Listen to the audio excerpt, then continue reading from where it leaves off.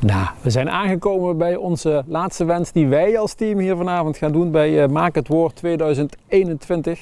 We zijn aangekomen in mijn hometown. We zijn in Maasbree.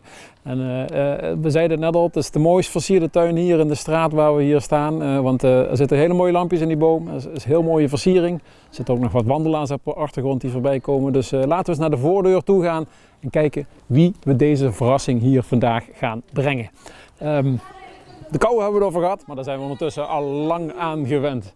En dat is hetgene wat we hier nu gaan doen. Even voorzichtig bij de trap, zodat zowel ik als ook die cameraman niet gaat vallen natuurlijk. En daar gaan we eens aanbellen. Eens kijken of er iemand thuis is.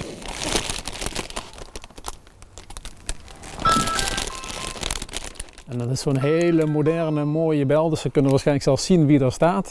Maar laten we ervan uitgaan dat de deur zo meteen open gaat en dat we ook u kunnen laten zien waar we nu met deze wens hier staan. Want het is natuurlijk wel een leuke verrassing als we dat hier kunnen doen in Maasbree, zoals gezegd. En het licht gaat al aan en we zeggen een hele goede avond. Goedenavond meneer Hermans. Goedenavond. Dat is een verrassing. Ja, dat is inderdaad een verrassing, want ik ken hem niet plaatsen. Nee, Ruud Sturmen van het programma Maak het Woord van Omroep PNM. Ja. En wij voeren wensen uit. En dat was een wens die voor u gericht was. Dus, Oh, wat mooi, wat bijzonder. dus de mensen thuis die zien dat nu ook. En laten we beginnen met het overhandigen van een bloemetje in kerstsfeer wat ermee te maken heeft. Hoe we u natuurlijk heel hartelijk willen bedanken voor al die jaren dat je voor de gemeente hebt ingezet en voor alle dingen die je hebt gedaan. Want daar is het eigenlijk op gebaseerd. Al die jaren dat je voor de gemeenteraad, in de politieke partij, als wethouder, energie hebt ingezet voor ons burgers allemaal.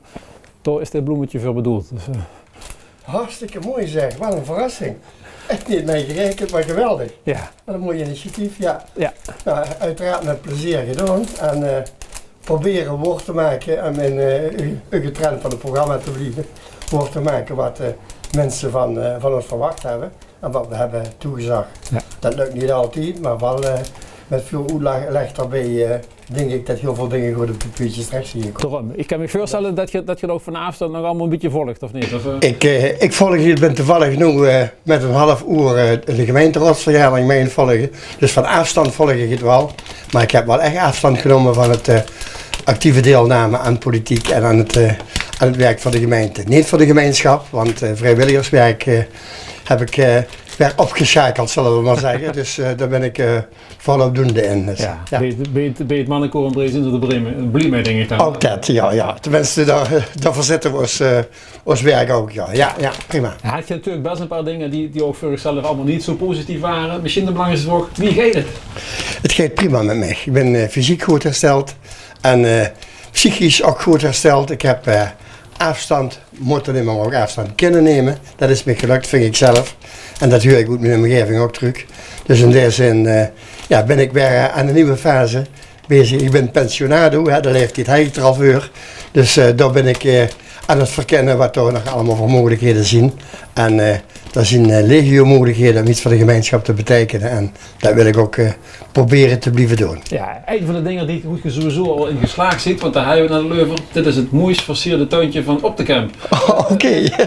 Ben je met het gedaan? Is dat uw werk of is dat van uw vrouw? Dat is Boetekang is mijn werk en Ben is werk van mijn vrouw, ja. Ja, daarom, want het strol is tegen moed, het is warm om mee te mogen staan en de kerstsfeer komt dus aan alle kanten voorbij. En dat is natuurlijk hetgeen ook hoe we nu hopelijk toch met z'n allen een beetje van gewoon genieten, ondanks alles wat er allemaal ondanks de beperkingen, ja. Maar warmte en warmte delen is altijd iets wat mogelijk is, ook een heel kleine kring. Dus daar wens ik ook iedereen heel veel succes mee, vooral heel veel kerstwarmte.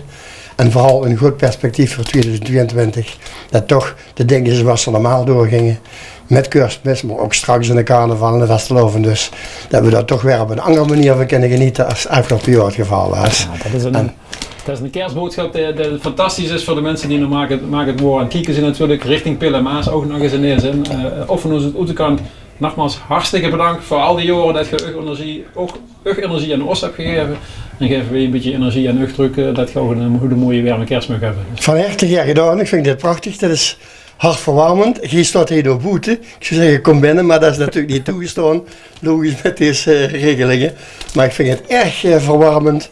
dat ik dit mocht ontvangen. En echt een geweldige verrassing. En we zullen er zeker van gaan genieten. En regelmatig aan dit mooie moment terugdrinken. Goed zo. Heel veel succes met Maak het Woord. En dat er heel veel steun mag komen voor de minder bedeelden. Hoe dit project voor bedoeld is.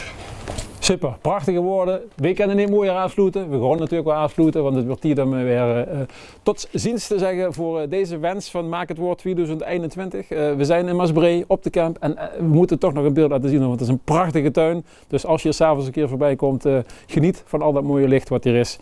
Tot ziens vanuit ons hier in Maasbree.